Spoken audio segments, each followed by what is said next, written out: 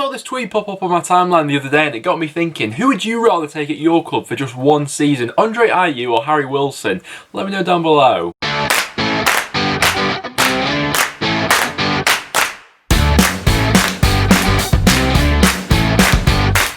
So we've had even more twisting turns going on in the Championship from the midweek fixtures which we have just had. What I thought we'd do in today's video is go through each game and pick out one talking point from each of them. Before we do hop into anything though, a big shout out to our sponsors over at OneFootball. As always, you can find the new OneFootball app in the top line of the description down below. Really handy football app as we are now into this new season. If you want to get live updates to your phone whenever a goal goes in, OneFootball's the place to do that. Also to track all the recent stats going on if you want to look into a player with a little bit more detail. And you can also get the latest news articles going on with your club and get all the recent updates and information. So like I say, OneFootball, link down below. But without any further ado, let's hop into this one. So I thought we'd start out with the Watford game because the first player I wanted to touch on was Ben Foster. Oh my god, was this a masterclass of a performance from him. Blackburn didn't even play too badly in terms of getting forward and creating chances. The goals seemed to have dried up for Blackburn in their last two matches, but they were getting into some really good areas for this one. But Ben Foster just wouldn't be beaten. For Watford, the building blocks are slowly starting to fall into place for this one. We're starting to see a bit of a partnership forming up front between João Pedro and Sarr. I thought that those two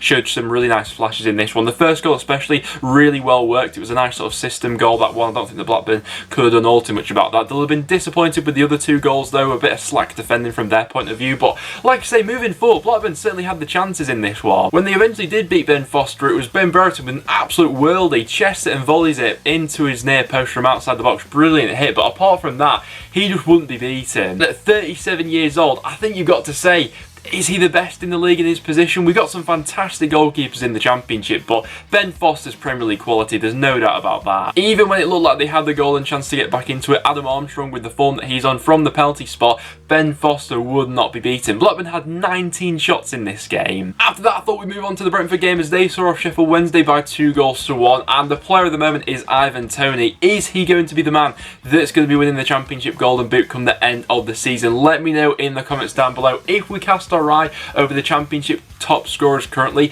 Ivan Toney is at the top of the tree after scoring a brace in his last 3 consecutive matches. That's some going from him. He's averaging a goal every 71 minutes at the moment. And he's a player who's playing with a whole lot of confidence. I think that's clear to see. You know, the first goal, he was hanging off the shoulder of the last defender, waiting to see if Dawson would parry out that shot. And the second goal was also really well taken, a header from a corner. He's stepping into the shoes of Ollie Watkins, and that was never going to be any easy feat after he bagged 25 goals last season. But Ivan Toney could be putting up very similar numbers this season. With the creativity he's got in and around him, he's going to be that main focal point going forward, and like I say, he's playing with confidence at the moment. In terms of Sheffield Wednesday, it was always going to be a bit of a tricky game. What I would say about them now though is they've got 2 pretty winnable matches coming up next. From the QPR Preston game, I thought that we learned that North End are a lot better away from home than we are at home so far this season for whatever reason. All our points as of yet have come away from home, and after beating QPR by 2-0 thanks to 2 penalties, QPR would have been pretty disappointed with this one. It was sloppy defending to give away both of them. Lee Wallace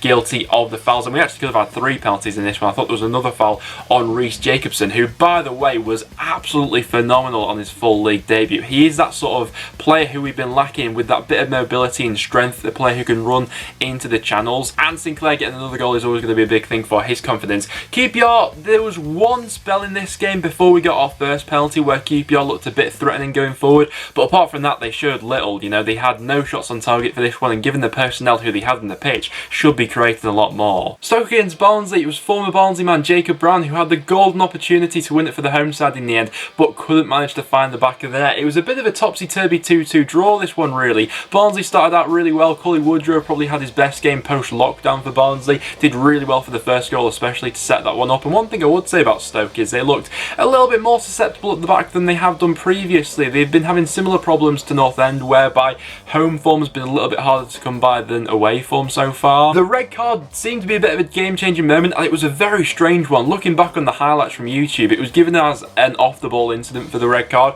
The camera sort of flashes by it, so you can't really see what's going on. And then, like I said, towards the end of the game, Jacob Brown had the golden opportunity to win it, but just couldn't get his shot into the back of the net. It was a good block in the end. So finishing 2-2, Stoke do stay in the top half of the table after that one, and Barnsley climb out of the relegation zone on goal difference. From the the Cardiff-Bournemouth game, we learned that this really was a championship midweek, which was for the goalkeepers. Alex Smithies was absolutely terrific in this one. You know, we mentioned Ben Foster previously, but Alex Smithies in this one, his levels were fantastic. Made one absolutely outrageous save against the crossbar to deny Dom Solanke from point-blank range. And we also saw Harry Wilson opening his account for Cardiff as well. Obviously, I asked the question at the start of the video, who would you rather take in your squad? Harry Wilson or Andre Ayew? Both were on the score sheet in midweek. And he took his goal really well, you know, on his left foot, he's always going to be absolutely deadly. He finished it well. With the chances the away side had, Bournemouth would have been probably disappointed not to win, but like I say, Alex Smithies was terrific. From the Swansea game, we saw Jake Bidwell continue to transition into the championship for Roberto Carlos. It was another assist for the fullback in this one, setting up Andre Ayew for a fantastic equaliser. He took that chance really well, but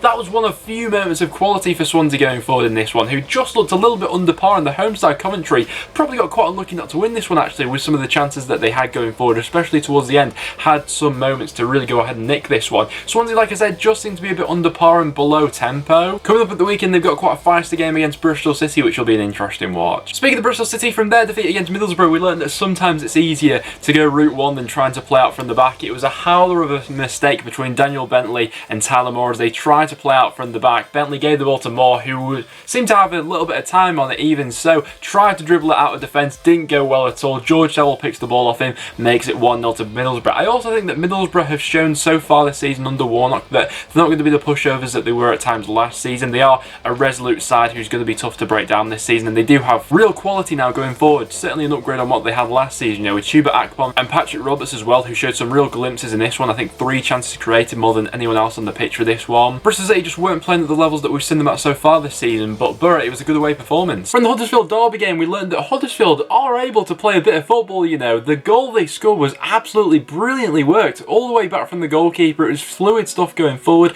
Another assist for Toffolo, and then well finished off at the end of it by Bakuna. If you watched my video from the other day where we went over every championship club and ranking how I thought each club did in the transfer window, Huddersfield were right down near the bottom of the pile, and for me, I didn't think they did particularly well, but Carlos Corberan's really making the best out of a bad situation at the moment. You can see the philosophy change from last season under the Cowleys already. However, for Derby on the other hand, things are not going well, and pressure continues to mount on manager Philip Koku, who now has Forest coming up on Friday, which is an absolutely massive game in both sides' seasons. From Forest draw against Rotherham, we learned that Lewis Grabban is a player who's not playing with much confidence in front of goal at the moment. Things just aren't quite clicking for him. Now, I will give him credit for setting up the equaliser. It was a nice assist from Amiobi in that one after Forest had gone behind, thanks to a penalty, which did look a little bit dodgy. It looked like 2 Rotherham players tripped each other in the build-up to that one, but nonetheless, Lewis Grabban had the golden opportunity to go ahead and win this one. He drags the ball around Jamal Blackburn really well, but can't sort his feet out and hits it into the side netting. Last season, Lewis Grabban finishes that chance. You know, this is a striker we're talking about, one of the most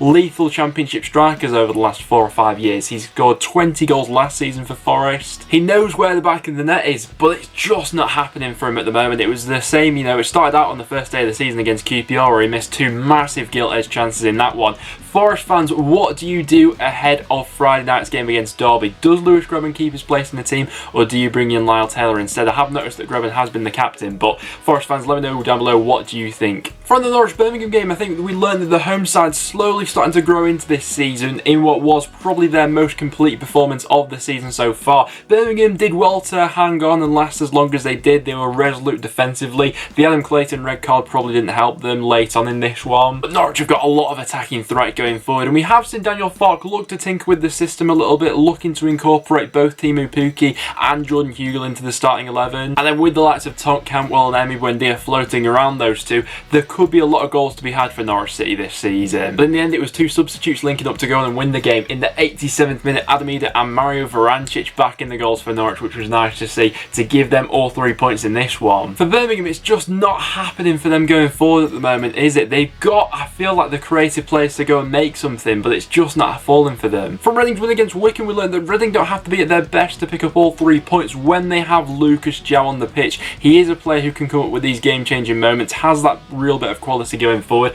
and the goal was a perfect example of that. His touch to take 2 Wycombe players out of the game, to hold them both off, and then the finish to go alongside it. absolute perfection. And it was probably Reading's worst performance of the season so far. They were, for the first hour of this one at least, they were really quite sluggish on the ball, too slow. And Wycombe did make themselves hard to break down, but once again, when they fell behind, they couldn't find that quality in the final third to get back into the game. After 6 games, they're not looking in a great position at the moment. 23rd in the league, minus 12 goal difference, only scored 1 goal so far this season, and that obviously came from a mistake from Bilkowski. And then from the Millwall game, it really was a week for goalkeepers. Bartosz Bilkowski made one fantastic save against Martin Craney in this one, but overall, the whole flow of the game, it was Millwall who were on top for the majority of this and more than deserved all 3 points from it. They had countless chances going forward, and Conor Mahoney's effort in the second half wrapped up all the 3 points. A really nice finish from him. But Millwall now find themselves in the top 6. It's been a good start to the season. They'll be hoping that that one game away at Swansea will just turn out to be a bit of a blip in their season, because apart from that, they've been really competitive in all the ones they played. And although they have at times lacked a bit of a spark going forward, they created numerous chances in this one. After 6 games being 5th in the table and on 11 points, I don't think that you can have too many complaints about that. But there we have it, guys. There was every championship game which took place in midweek, and something from each of them which stood out to me. If we cast our eye over to the championship table after 6 matches have been played, things are slowly starting to shape up. So the early leaders we've got there are Reading and Bristol City, and then making up the bottom 3 we have Derby, Wycombe and Sheffield Wednesday, who are just continuing to chip away at that minus 12 points. So obviously coming out tomorrow will be my championship score predictions, where we got some more big matches coming up. And championship football now really is relentless. We're going Saturday to midweek.